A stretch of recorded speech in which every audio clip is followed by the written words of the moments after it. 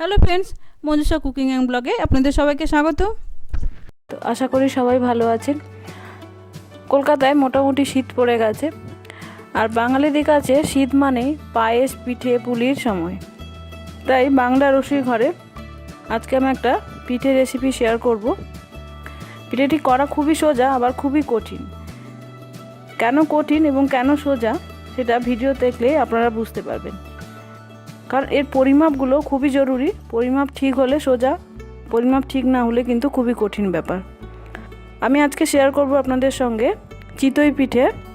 তো চলুন দেখে নিই চিতই পিঠে করতে কি কি লাগবে। প্রথমে আমি এখানে চালের গুঁড়ো নিয়ে নিলাম।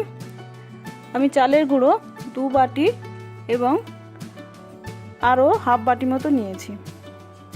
এই পরিমাপটা কিন্তু খুব জরুরি। যতটা আমি চালের গুঁড়ো নিয়েছি ততটাই কিন্তু জল নেব।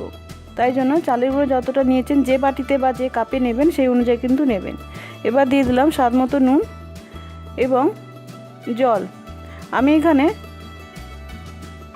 গরম জল ব্যবহার করছি, কুসুম গরম কিন্তু নয়, আবার একদম ফোটানোও নয়। কুসুম গরম হলে চালটা ভিজতে সময় লাগবে, চালের গুঁড়োটা। আবার ফোটানো হলে চালের গুঁড়োটা এত নরম হয়ে যাবে ব্যাটারটা যে শাঁস থেকে তোলা যাবে না। তাই জন্য মোটামুটি গরম হবে সেরকম জল নিয়েছি। আমি এখানে যতটা চালের গুঁড়ো ততটা কিন্তু জল নিয়েছি। দেখুন, মাখতে মাখতে মনে হচ্ছে যে এটা খুবই হয়তো শক্ত হয়েছে, কিন্তু এটা যত ফেটানো হবে তত কিন্তু নরম হতে থাকবে।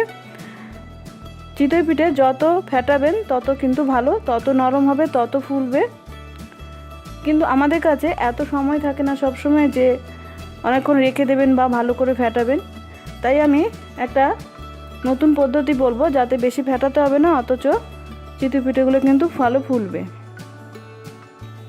দেখুন, কিছুটা আমি ফেটিয়েছি এবং আগের থেকে ব্যাটারটা কিন্তু একটু নরম হয়ে গেছে। এবার আমি একটা মিক্সিং জারে এই ফেটানো ব্যাটারটা নিয়ে নেব। 2 মিনিট মতো ফেটিয়ে নেব। আপনাদের কাছে যদি হ্যান্ড ব্লেন্ডার থাকে তবে হ্যান্ড ব্লেন্ডার দিয়েও কিন্তু ফেটাতে পারেন। দেখুন, ফেটিয়ে নেওয়ার পরে ব্যাটারটা কতটা নরম হয়ে গেছে, কতটা লিকুইড হয়ে গেছে। কিন্তু এটা আরও একটু পাতলা করতে হয়। চিতই পিঠে ব্যাটার যদি বেশি ঘন হয় তাহলে কিন্তু কাঁচা কাঁচা থেকে যায়, ফোলে না। তাই আমি মিক্সির জার ধুয়ে আর একটু জল দিয়ে দিলাম, এই 2 টেবিল চামচের মতো দিয়ে জলটা আমি ভালো করে এবার ব্যাটারের সঙ্গে মিশিয়ে নেব।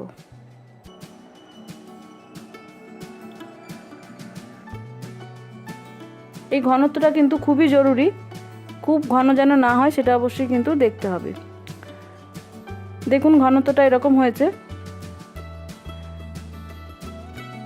হাতার পেছনে উল্টে দেখবেন যে হাতার পেছন থেকে যদি এরকম গড়িয়ে পড়ে অল্প অল্প লেগে থাকে তবে বুঝবেন যে ব্যাটারটা একদম পারফেক্ট হয়েছে।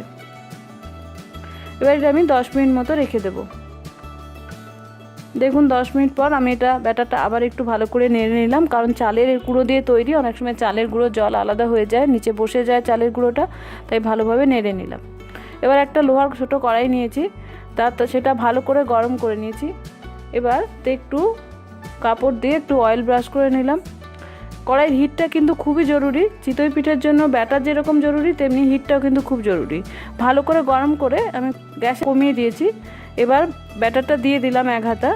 এবার গ্যাসের আঁচটা কিন্তু মিডিয়াম হাইতে রাখতে হবে, না হলে কিন্তু এটা ভালোভাবে হবে না, কাঁচা থেকে যাবে।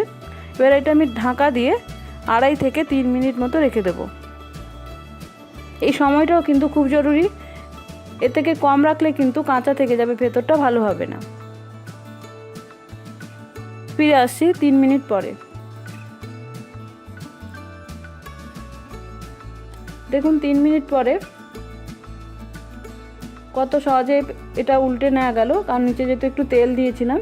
এবং পেছনটা দেখুন কি সুন্দর লাল হয়েছে, এবং যেহেতু চালের গুঁড়ো দিয়ে করা এটা কিন্তু একটু মুচমুচে হয়।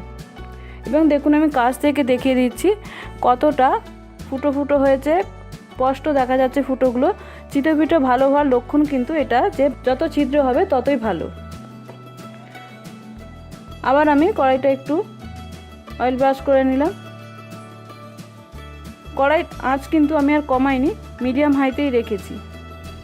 এবার 1.5 হাতা ব্যাটার দিয়ে আমি আবার একটা করে নেব। এইভাবে আমি সব কটা করে নেব। খেয়াল রাখবেন হিটটা যেন ঠিকঠাক থাকে। দেখুন রেডি আমার চিতই পিঠে। প্রত্যেকটা পিঠে কিন্তু বেশ ছিদ্রযুক্ত হয়েছে। আমি এটা ঝোলা গুড় দিয়ে সার্ভ করেছি। এটা কিন্তু যে কোনো তরকারি যেমন আলুর দম, কষা মাংস দিয়েও কিন্তু খেতে ভালো লাগে। আপনাদের যেটা পছন্দ সেটা দিয়ে সার্ভ করতে পারেন। তো দেখলেন তো বন্ধুরা, পরিমাপ ঠিক হলে কিন্তু চিতই পিঠে করা এমন কিছু কঠিন কাজ নয়। ভিডিওটি ভালো লাগলে অবশ্যই কমেন্ট করে আমাকে জানাবেন, লাইক দেবেন এবং বন্ধুদের মধ্যে শেয়ার করবেন।